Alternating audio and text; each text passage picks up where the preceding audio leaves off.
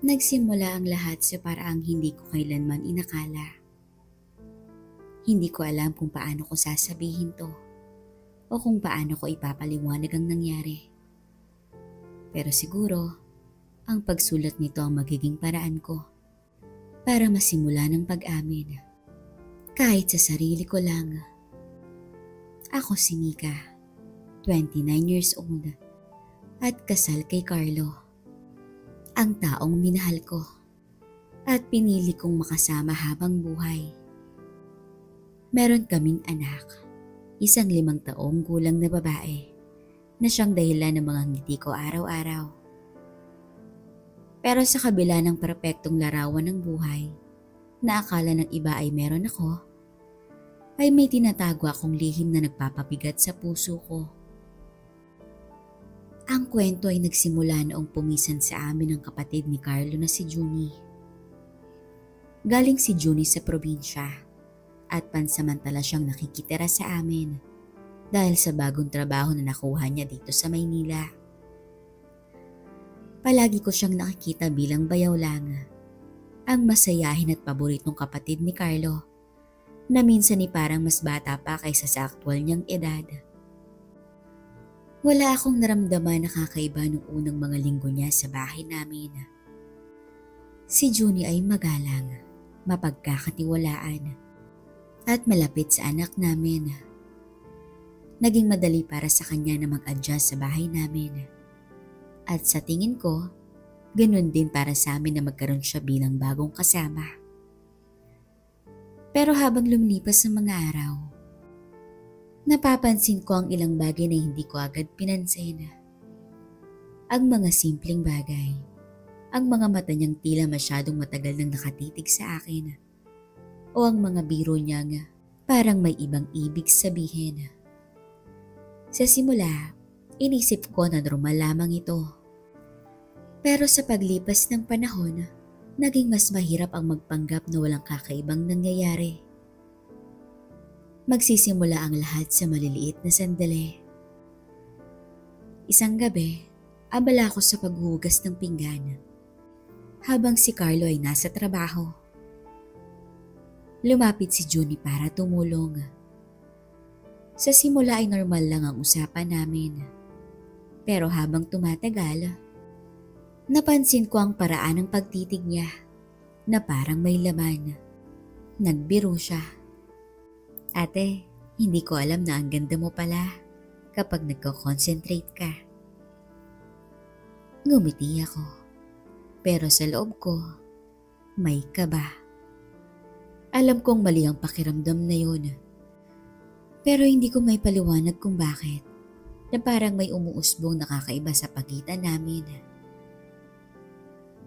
Dumaan ang mga linggo at dumadala sa mga sandaling yun. Minsan ay magtatama ang aming mga mata sa pagkainan. Minsan naman, mahahawakan niya ang kamay ko nang hindi sinasadya habang nagpapasa ng kutsara. Hanggang isang gabi, nangyari ang hindi dapat. Nung gabing yon, natutulog na ang anak namin. Si Carlo, gaya ng dati, ay overtime sa trabaho. Naiwan kaming dalawa ni Junie sa sala. Nag-uusap habang nanonood ng TV. Hanggang sa napunta ang usapan sa mga bagay na personal. Mga pangarap, takot, at kung ano-ano pang hindi namin madalas pag-usapan. Hindi ko alam kung paano nangyari. Pero sa gitna ng usapan, bigla na lamang siyang lumapit. Mika, alam kong mali, pero hindi ko na kayang itago. Saad niya habang nakatitig sa akin. Napalunok ako. Gusto kong tumayo, umalis, at tapusin ang gabing yun. Pero ang katawan ko ay nanatili kung saan ito nakaupo. Anong ibig mong sabihin, Junie? Tanong ko sa kanya kahit alam ko na ang sagot. Hindi siya sumagot. Sa halip, hinawakan niya ang kamay ko. Mainit ang kanyang palad. Natigilan ako. Napaisip ako. Paulit-ulit kong sinasabing mali ito. Pero bakit ang hirap tumayo at lumayo? Hindi ko maipaliwanag kung anong nangyayari sa akin. Marahil ito ay dahil sa mga pagkakataon na pakiramdam ko ay nawawala na ang lambing sa relasyon namin ni Carlo. Busy siya sa trabaho at minsan hindi ko na siya maramdaman bilang asawa ko. Pero hindi yun sapat na dahilan para gawin ko ang mga sumunod na nangyari. Sa gabing yun, hindi ko na napigilan pa ang sarili ko. Nahulog ako sa tukso. Ang unang halik ay nagdulot ng mas malalim na komplikasyon kesa sa inakala ko. Hindi ko napigilan ang sarili ko na maging mainit agad ang mga tagpo. Iba ang pakiramdam ko sa mga oras na yun. Parang hinele ako ni Junie sa kawalan. Hindi ito natapos sa gabing yun. Mas lalo pa kami nagkaroon ng pagkakataon dahil sa patuloy na pagtira ni Junie sa bahay. Madalas kapag wala si Carlo, doon nangyayari ang mga bagay na hindi dapat. Ang mga simpleng titig ay nauuwi sa yakap. At ang yakap ay nauuwi sa mga kasalanan na ikinatatakot kong malaman ng kahit sino. Sa bawat sandali, alam kong malito. Alam kong niloloko ko si Carlo, ang asawa kong minahal ko mula nung una.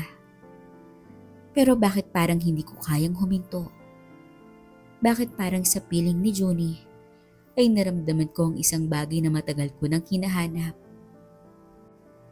Ang relasyon namin ni Junie ay naging sikreto na unti-unting sumisira sa akin. Sa umaga, nagiging mabuting ina at asawa ko. Ngunit sa gabi, nagiging ibang tao ako. Pakiramdam ko'y parang dalawa ang katauhan ko. Ang Mika na mahal ng lahat at ang Mika na nagtatago ng malaking lihim. Ang pinakamasakit sa lahat ay ang hindi ko maipakita kay Carlo kung gaano ko siya pinahahalagahan.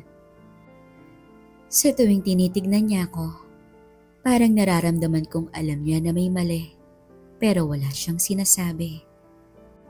Hanggang sa isang araw, nagpa siya si Junie na umalis sa bahay namin. Hindi niya sinabi kung bakit, pero naramdaman kong ito ang pinakamabuting desisyon. Nang magpaalam siya, may halong lungkot at ginhawa sa puso ko. Siguro, ito na ang pagkakataon kong ayusin ang lahat. Ang sarili ko, ang relasyon namin ni Carlo, at ang buhay naming pamilya. Pero kahit nawala na si Junie, naiwan pa rin ang bigat ng lahat ng nangyari. Hanggang ngayon, dala-dala ko ang lihim na yon. Hindi ko alam kung kailan ko aaminin kay Carlo ang totoo. Siguro, hindi na kailanman. Ang pag-amin na to ay hindi para humingi ng tawad. Hindi ko inaasahan na mauunawaan ako ng kahit na sino. Pero ito ang paraan ko para ilabas ang bigat na matagal ko nang tinatago. Ang kasalanang ito ay naging bahagi ng kwento ko. At kahit anong gawin ko, hindi ko na maibabalik ang nakaraan. Umaasa ako na balang araw, matututo akong patawarin ang sarili ko. Pero sa ngayon, tinatanggap ko na ang bawat desisyon ay may kabayaran. At ito ang kabayaran ko sa kasalanang ito. Hi mga loves! Pa-support naman po ng new backup channel natin, Miss Amorosa. Pa-subscribe naman ako mga loves. Maraming salamat! Ingat po kayo. Mwah!